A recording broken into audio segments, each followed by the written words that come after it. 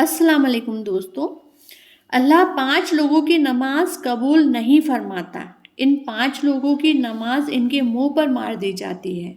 इन 5 लोगों की नमाज अल्लाह की बारगाह में पहुंचती ही नहीं। यानी जिसकी नमाज अल्लाह कबूल नहीं फरमाता, फिर उसका कोई भी अमल अल्लाह की बारगाह में कबूल नहीं होता।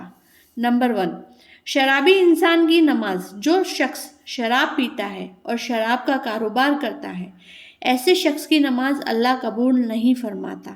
ऐसे शख्स का नमाज दुनिया में ही उसके मुंह पर मार दी जाती है। याद रखें, जब तक कोई शराबी इंसान शराब पीना नहीं छोड़ देता और सच्चे दिल से तौबा नहीं कर लेता, ऐसे शख्स की नमाज अल्लाह की बारगाह में नहीं पहुंचती। नंबर 2, वालिदैन को सताने वाला। जो इंसान अपने वालिदैन को रुलाता है, अपने माँ बाप को सताता है, तो अल्लाह ऐसे शख्स की नमाज को दुनिया में ही उसके मुंह पर मार देता है।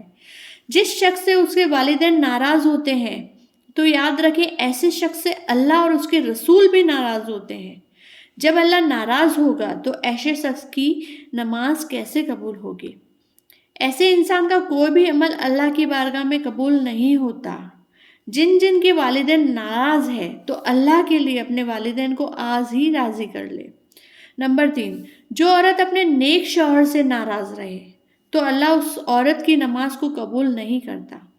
साथ ही ऐसा शौहर जो अपनी बीवी पर जुल्म करे, ज्यादती करे, ऐसे शौहर की नमाज अल्लाह अपनी बारगाह में कबूल नहीं करता।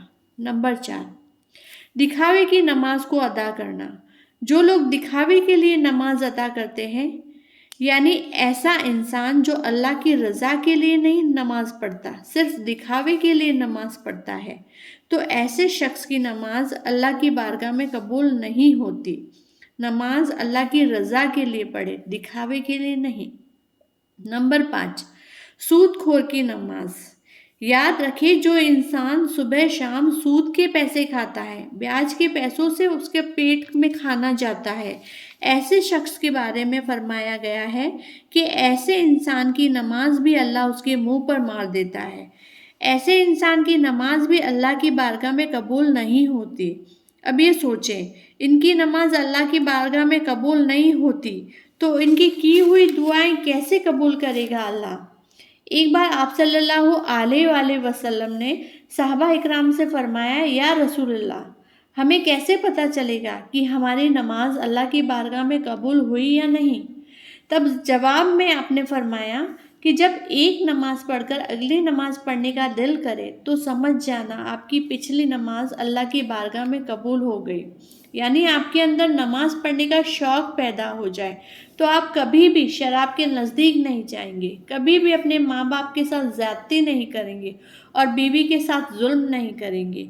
आपके दिल में रहम मिठास हो जाएगा, तो समझ लीजिए आपकी नमाज आप अल्लाह के बारगाह में कबूल हो रही है। आमीन।